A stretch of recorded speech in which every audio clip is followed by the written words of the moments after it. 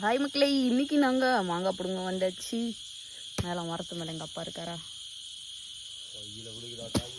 இந்த பை யாரோட ஐடியானா எங்கள் அப்பாவோட ஐடியா தான். அதாவது மாங்காய் வந்து அடிப்படாமல் இருக்கணும் அப்படின்றதுக்காக இப்படி சேஃபாக வச்சுருக்காரு. இந்த பஞ்சை போட்டு மேலே வச்சுருக்காரு. கரெக்டாக அவர் விடுற காய் வந்து அந்த பஞ்சு மேலே விழுந்து கீழே விழுகும் பாருங்களே.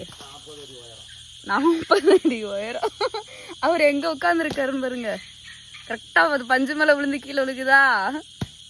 காய்க்கு வந்து எந்த ஒரு டேமேஜும் இல்லாமல் அது சேல்ஸ் ஆகணும் அப்படின்றதுக்காக எப்படியெல்லாம் யோசிக்கிறாப்பிள்ளைங்க.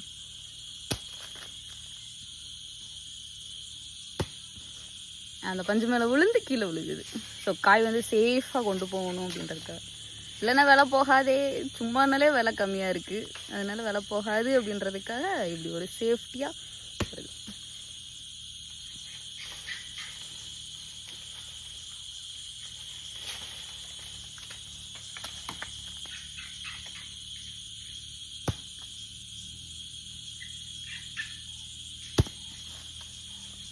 நான் போயிட்டு காம்பு உடச்சி போட்டு வரேன்.